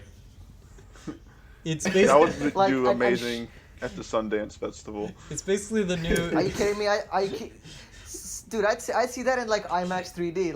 I'd go to It's basically the new Dante's Inferno. Yeah, dude, forget Sundance. We're going to Cannes. Exactly. It's in subtitles. It's just imagine there's this French filmmaker who's won the Palme d'Or at Cannes, the biggest award 10 times in a row, and he goes into the next year's festival yes, it is yet another year where I shall win the main award in Cannes. It is business as usual, and then you guys show up with Blind Cop deliver and it's wins the Palme d'Or and you ruin this guy's life. It's Nice try, Fareed. You're just Bong Joon-ho is shaking right now. Fareed, you're just describing Mr. Bean's holiday. Don't try to be slick. Right with Willem Dafoe. Yeah, exactly. Topographical Gang is going to steal Willem Dafoe's career. You guys will take turns playing him in the lighthouse. Yeah, he's had a successful run. It's our turn. Yeah, I want to see Chris as the Green Goblin next. That'd be great. Yes. Yes, oh please. boy. He played a hitman. He can play the Green Goblin. I have faith in you, man. I think we have Daniel Day-Lewis to play the Blind Cop. So. Oh, that's pretty good. I wouldn't even recognize. He'll blend in so seamlessly. I wouldn't know it's him. That's perfect. We just drag him out of retirement. Of course. Right. Yeah. No, he read our script and it was so beautiful. I'm sure that's the one project he'll come out of retirement for. He's like, this, of course. I've never played a blind cop marching into purgatory to deliver a pizza. It's like the reviews are after Phantom Thread we weren't expecting this. It's oddly, you can't tell if it's negative or positive reviews, but they're reviews. They're like, this movie. Right. Wow. It's a movie. Can't deny that. Actually, this is a bit of a side note, but when you mentioned delivering pizza in Houston, that video kept me up for days because it posed a question in my mind that I could have just asked Toby, and for some reason I didn't, and would have solved all my problems. So I'm gonna ask you this: does it actually when it comes to delivering pizza in Houston, is that actually an issue with the weather? Like it means they'll hold you off, or do you have to get through some big, or was that just for this? I'm genuinely I don't know, so I'm wondering. Okay, well, I don't know. I don't know if you have to deliver pizza in those circumstances, but it really was a we really did film in the middle of a tropical storm, Yeah, no, it was actually caused like the eighth most flooding in like by rainfall. We did not order a pizza to get the pizza box. Just putting that out there. No, good. Did you guys make the pizza box from scratch? We understand the safety scratch? and ethics were a bit. Yeah, we're not going to actually put a man through that. I honestly don't know if pizza shops remain open during flooding. I would hope not. But Yeah. Like Stockton dove into that water, and I'm not gonna lie. When I was a kid and it would flood a lot in Houston, I'd always think like, man, I just want to swim around like there. Turns out not the healthiest thing, but that's what I wanted to do. Not. Can you ask him next time like what that was like? No, see, just Toby has this fantasy of like wanting to be in Aquaman 2, I think, and I think he's just humoring it by asking you these questions. You know, like, what was it like to jump in the water? Did you talk to the fish? What does water feel you see like? any aquatic sea life down there? Hey, Jason Momoa looks different in this Aquaman sequel. Yeah. He looks much scrawnier and not as easy on the eyes and much less charismatic. Hey. Talks about films a lot too, for an That- Aquaman movie. Honestly, I think that would be how they get around recasting Amber Heard. Just recast Jason Momoa as well. Oh, So man. everyone's like, how could you recast Jason Momoa? I can't believe it. And no one notices the other thing. And they're like, yay, we saved our franchise. hey, let's be real for a minute. If you're gonna be the next Aquaman, I'm the next Mera. Let's Probably. just be real. Oh, yeah. Probably. That. You're dragging me into this too. Yeah, you know probably. that, right? That's just Like, that makes a lot of sense. Like, of course. Or, yeah. I can see that. With your long, flowing red hair, it just seems in character. That's right. So, guys, I wonder, like, since we were just talking about Daniel Day-Lewis earlier, somehow, I'm wondering what are there any actors out there, like mainstream actors that you I don't know, just like a general question, like what kind of actors do you admire or are you fans of on screen? And if so, Ooh. do you like look at them for reference? Like, do you look in the mirror and like, I'm gonna do my best Denzel, you know, for this guy? I don't know. Like, I have an immediate answer to that. I freaking love J K Simmons. He's in every movie that he's in. That is the best part of the movie. Dude. Is when J K Simmons is in it. Yeah. J.K. And then Right. a couple of times I play a character named Mr. Freeman, and I make like my voice like all deep and stuff, and I take that from like his role as I forgot his name, the guy at the Daily Bugle for Spider-Man. J. Jonah Like, Jameson. I need picture. Yeah, J. Jonas Jameson, and I love J. freaking love his character on the JJJ. Yeah. And I model him after that whenever I do it because I freaking love that character so much. Yes. I just love J.K. Simmons because he could like do comedy like that, but then also he could do like something serious like Whiplash. I just admire that so much. Yeah. What really solidified? As anyone who knows who listened to the previous episode, I have a huge man crush on J K Simmons. He's one of my favorite actors. I'll watch anything he's in, and I hope one day I have the honor to work with him. But he won an Oscar. Aquaman 2. Yeah, he's Jim Gordon in that universe. If they're still going with that. Oh, he is. That's what I'm Yeah. saying.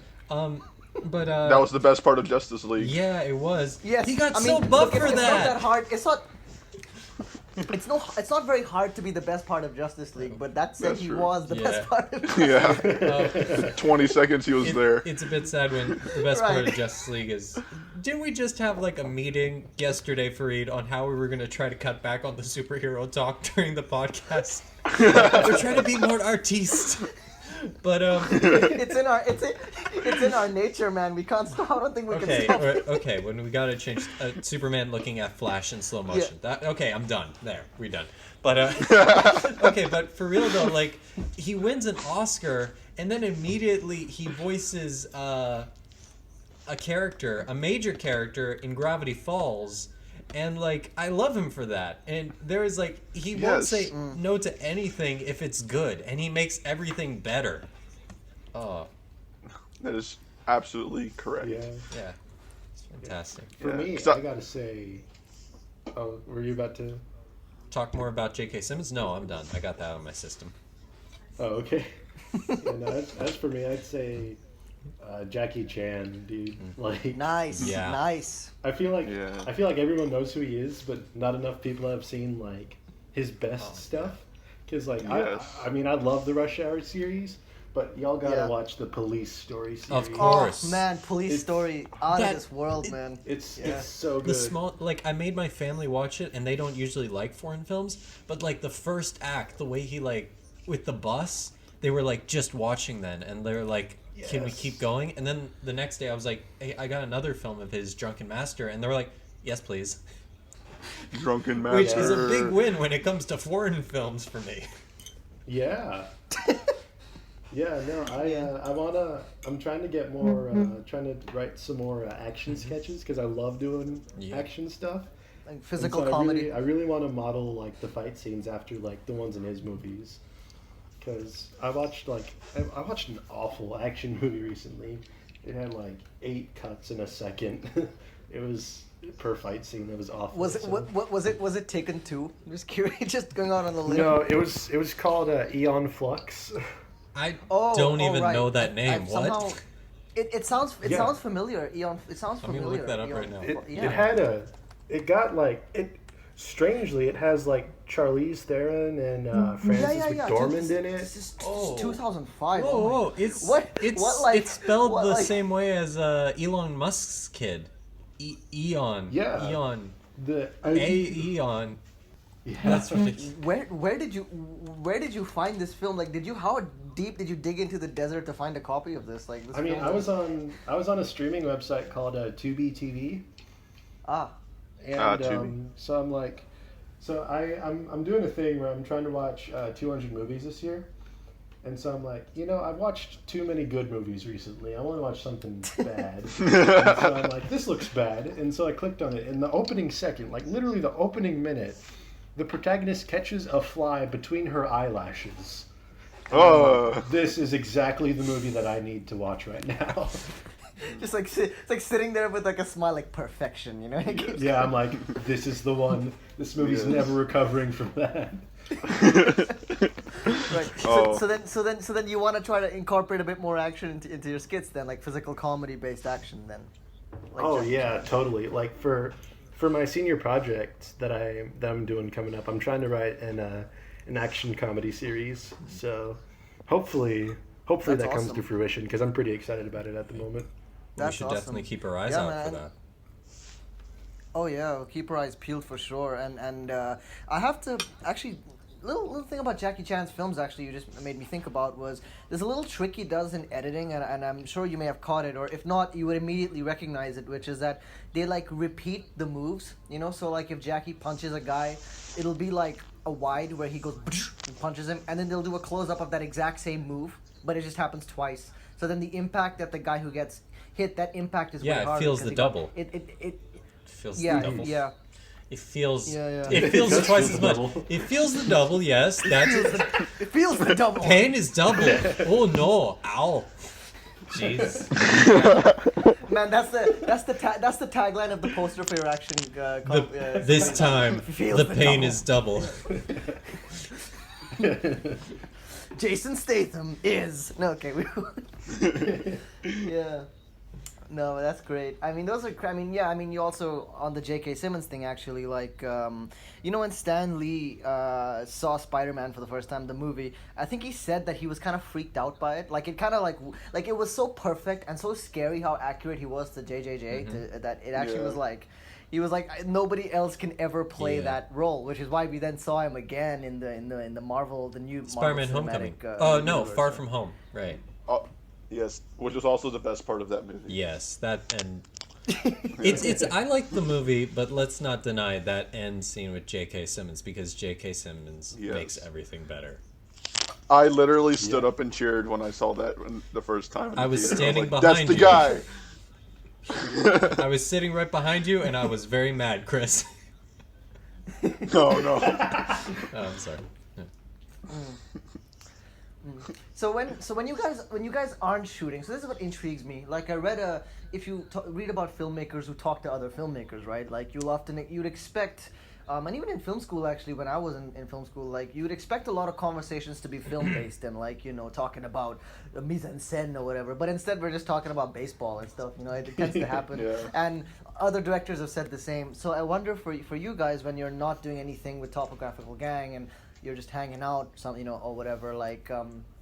Are you able to kind of have that divide where it's like you could just kind of hang as pals and not have to think about or is that just the DNA of like how you guys like are with each other? Or? Yeah, there's definitely an on and off switch. We're addicted to Smash Brothers, in my opinion. Y'all Excellent. are addicted to Smash Yeah, Brothers. well, St. John just looks at disgust while we play for like 5 hours. Yeah, no, I had to quit because it was taking up so much time, and I'm a happier person for it. Yeah. Yeah. But in our off time we'll like play some video games together. We're doing a lot of Jackbox because of quarantine. Right. Yeah. And Chris and I will we'll watch like some sports games together. Yes. Every Sunday. Yeah.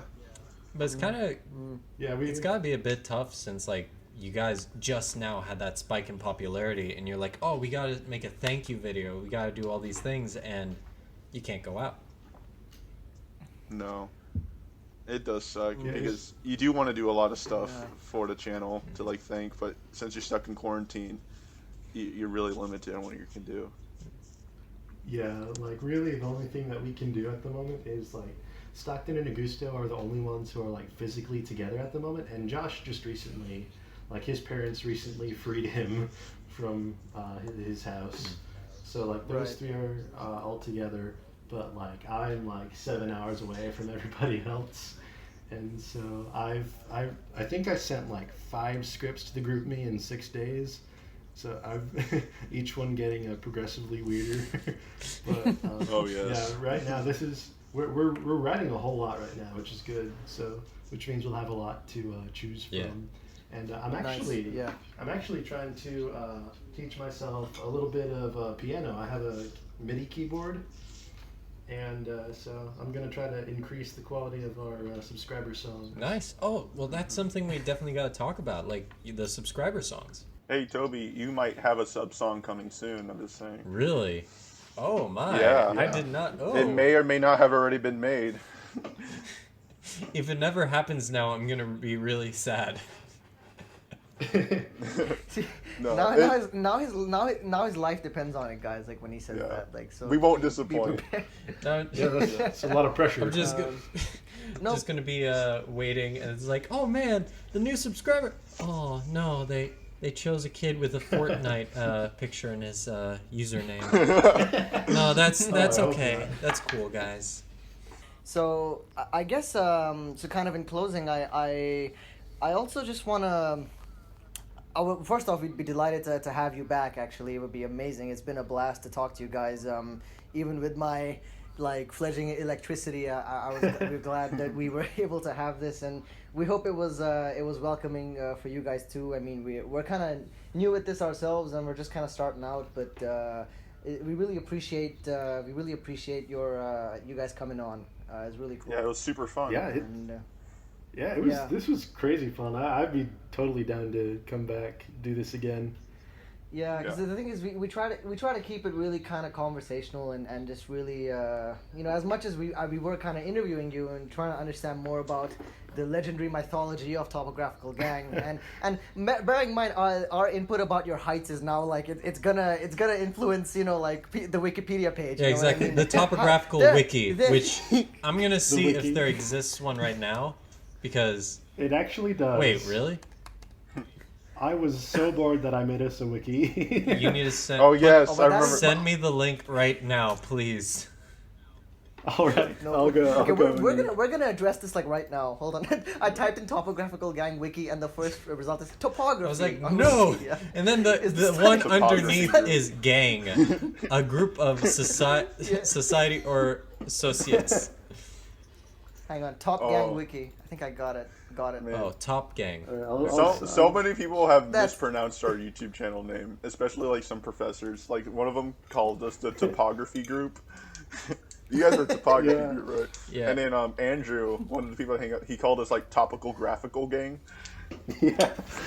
I actually, like the first week after seeing your videos and stuff, like for a very long time, I couldn't find you guys because I was like, what's going on? And I was like, oh no, I was writing a topographic basically I was writing it wrong.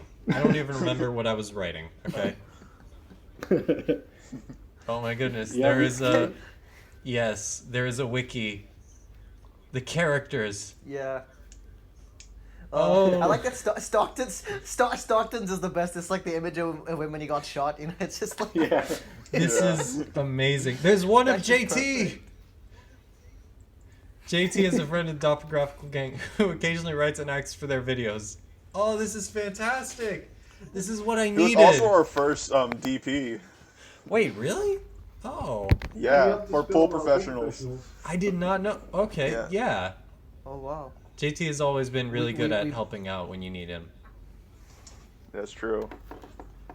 We're gonna put a link to your Wikipedia page now on our Yes, we will. description. Oh my Yeah. goodness. In fact, great. I'm just gonna take like my personal Instagram and put a link there as well, just because why not? You know, just put a link. Put a link. This Just is send amazing. emails to every. Yeah, this is quality marketing. You know, just my like 5 friends I have on email, guys. By the way, just just send them the link to all of them. You know. I was gonna ask like one final thing, and this is kind of just a closing thought, and maybe it's not the best thing to end on, but how do you guys keep being funny? Like, what do you do when you don't feel like being funny? Because I feel like we've talked about this before, Freed, but like lots of people box in the funny guy into a box, and okay, well that's what boxing in means, but like they decide you're the they box you into a box. He has such a way with words, but. They box you into a crate. They box you into a jar man. Anyways, but people, when they see you as the funny guy, they now say, okay, well, you're the funny guy, you make funny stuff. And we've seen many times where creators would now be like, yeah, but I don't just make funny stuff. I also want to make other things. Yes, I'm funny, but I can do other stuff. What do you guys do when you don't feel like being funny? Well, I think the good news is that there's like 6 of us. So usually whenever one of us is like, boy, I don't feel like doing something this week, then like that's a great opportunity for like someone else to step in. And we also have a lot of friends who work with us very often. Like we mentioned Daniel earlier, he's always so down to like help us out with just like grip work and audio work, and he's down to do the things that people don't want to do. And so like because like he works with us so often, we're like, hey, we want you to like direct something for us. And he directed the Inside the Mind doing a class presentation one for us. And we were like, wow, this is great. So yeah, whenever we're running low on whenever one of us is running low on inspiration, we can always turn to another person and be like, hey, what do you have this week? This is your time. That's great, man. I mean, I think the biggest takeaway from this is that you really have almost like a familial thing going on. You know what I mean? It feels very, very like almost like a gang of misfits. You know, like a family that came together and that's really beautiful, man. Like. In fact, I'm seething with jealousy about it, but that's okay. No, it's fantastic. It is. It's like you can see like there's like, you know, my blood starting to boil. Guys, you don't know how great this is. You guys have just such a good camaraderie, and there's good chemistry, and you guys actually care about each other. It's so fantastic. you have to understand. You have to understand. Like I'm not Toby in plays. the room with you right now. You gotta understand. Toby plays darts with like the thing has my face on it. You know, that's how it goes. So It's like, yes, fine, Well, this is you good. did poop on his bed. I'll act in the thing for you. Great. now do my continuity. No, okay. You just asked me to be there so I could sit there and look pretty.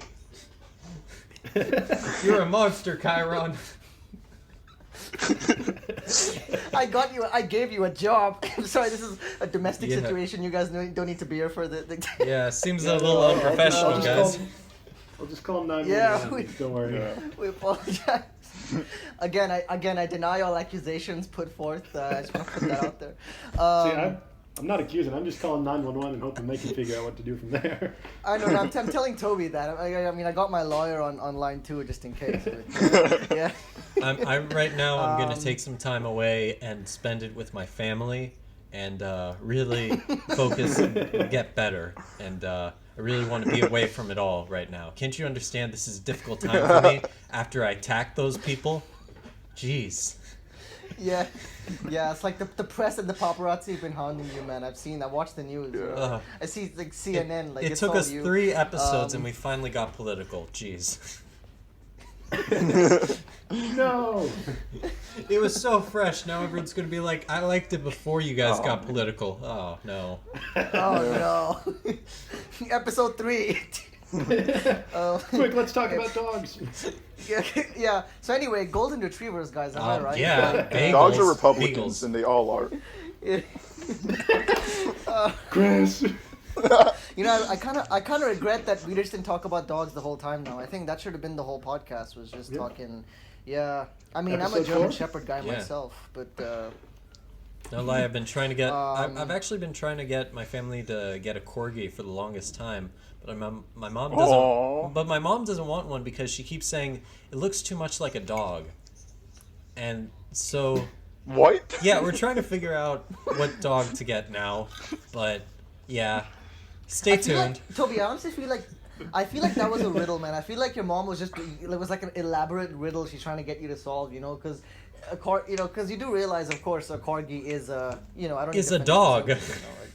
Right. So yeah.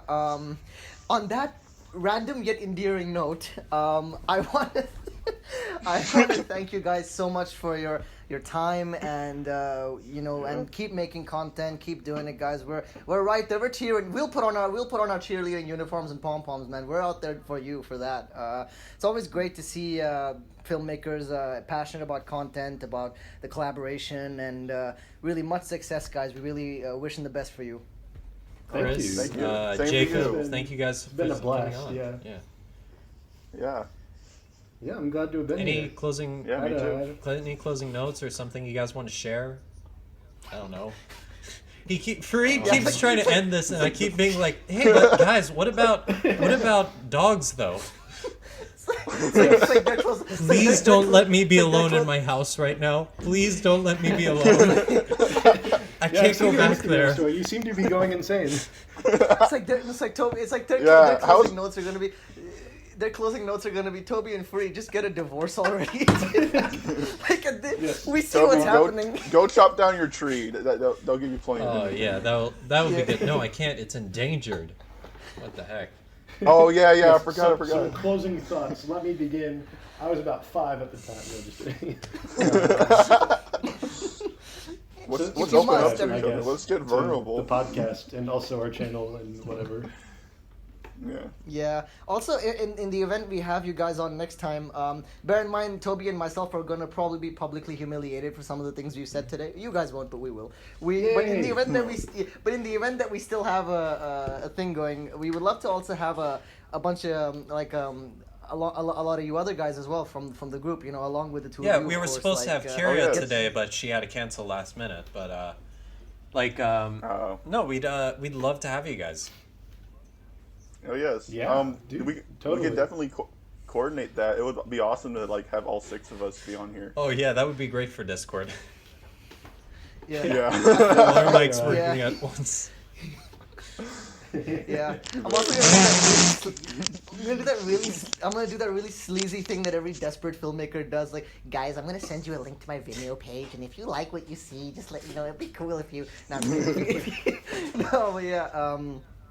I'm gonna send you my short films. I don't know why. I'm just Please do. The Absolutely. impulse Do has Yeah, I want to Do see it. it. Yeah. Do it. prepare to be. Yeah, I mean. Do it. from Bet what you guys- won't.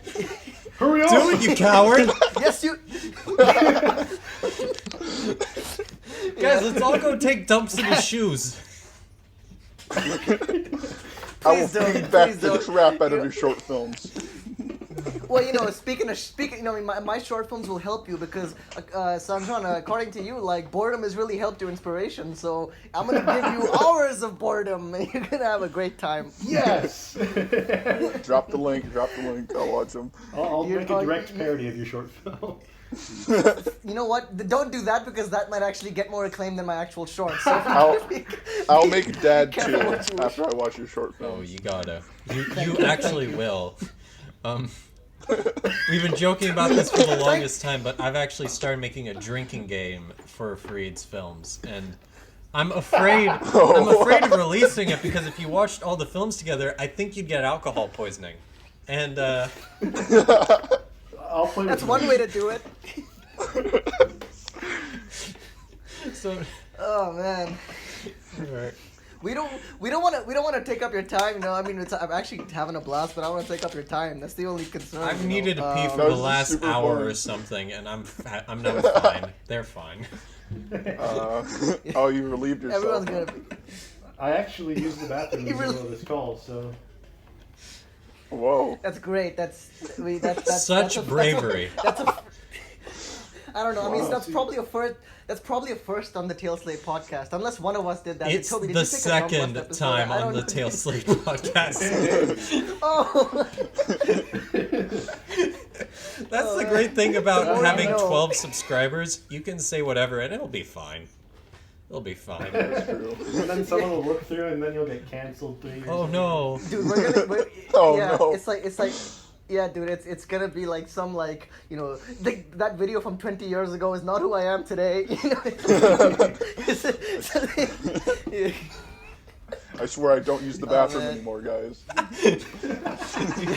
I hold it in like a big boy. Oh wow, it's a very disturbing thing to say, but it's okay. All right, so actually, let's really wrap it up, guys. I finally. Been trying to do It's this like- for 15 minutes. It's like the fourth time we're wrapping things up. They have. Okay, I guys, mean, we but don't have to, seriously, but, like, let's wrap it up. Hey, you guys ever have that thing where you see that thing in your eye and you kind of follow it and the squiggly line just moves to the side? What's that about? Okay. Actually, what is in seriousness? What is your plan for the day? Like on a very banal question, like what do you do during this time? Are you just gonna go write some more stuff?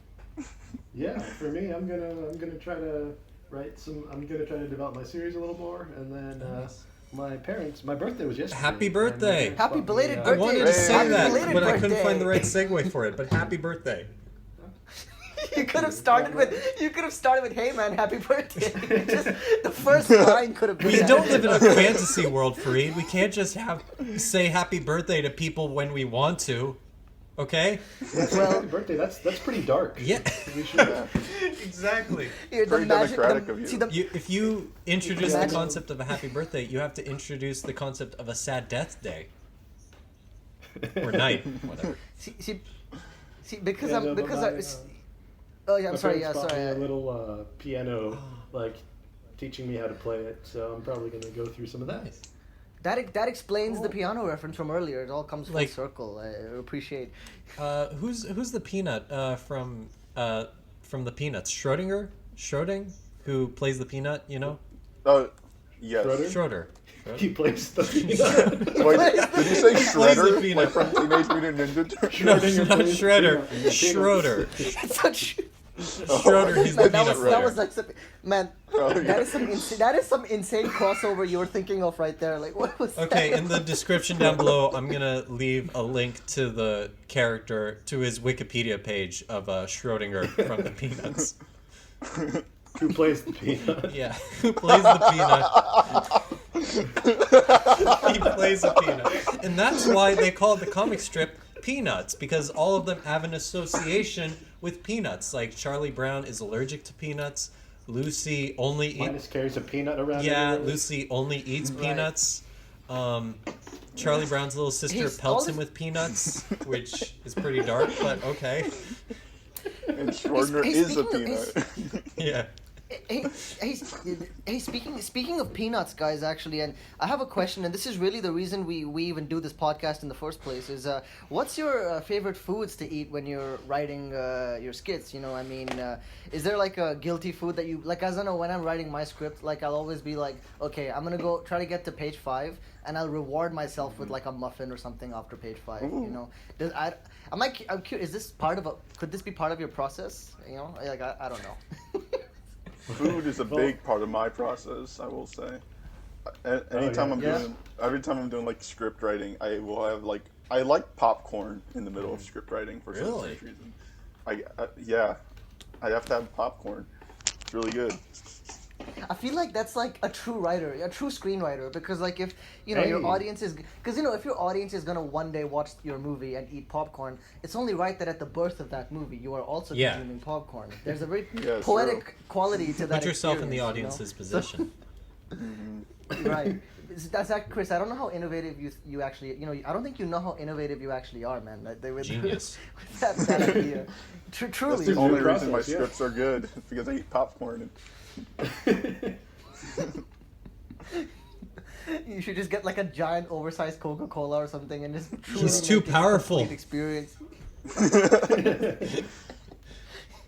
Yeah, it's like take that, Tarantino. What do you got? Like a slice of bread? Just munching down on a loaf while eating a I wonder what which is such a like. Yeah. Which we both know that's not what Tarantino's taking when he's writing his scripts. We both know it's something else. But anyway. I know exactly what you're talking about. I mean, have you seen his energy? Yeah. Yeah. He eats so much brown bread. Okay, it's not that. Oh, yeah. we love Tarantino though. Oh man. All right, so I don't even want to say let's wrap up, because then it's just Like, a meme. yeah, at because that like point. we've been saying it for so long now. It's like I love how we were is joking time like, to oh, cease. we're joking that we're done and stuff, and then I joked about the squiggly line, and here we are still talking. I think it's just a defense mechanism, because I'm so afraid of eager the to wrap end. up when I'm. No, it's a defense mechanism, because I'm so used to like wanting to wrap up so quickly on my own shoots, because they're usually disasters, that this is like not that, and I'm trying to like tune myself to not make it that. Yeah. No, you hang up. No, you hang up. You No, you hang up. No, you hang up. No, you. Still a better love story than Twilight, though. You know. Yes. Oh, did you guys hear Yeah. they're actually releasing a new Twilight book? Apparently, like in 2020. No. Toby, we're not Wow. talking about that. No. This is a Twilight podcast. Yeah. All right, guys. That's all the time we have for today. Okay. Yep. Are you Team Edward or Team Jacob? It's called Midnight Sun. It's real. Wait, I feel the urge to look that up now. Yeah. Hold on. Okay, so we do actually have to wrap up, guys. So Aw. for real this time, yeah. Only because I actually have to go as well. Anyway, so once again, for the 17th time, but I'll say it as many times as we have to, thanks very much for being on our show. And next time we bring you on, it's unlikely we'll bring up Twilight, but you never know. I mean, it's very possible. We don't know what this podcast. I'll read up Yeah, on it. We don't know what's in the future of this we podcast. can't predict the future. Yeah.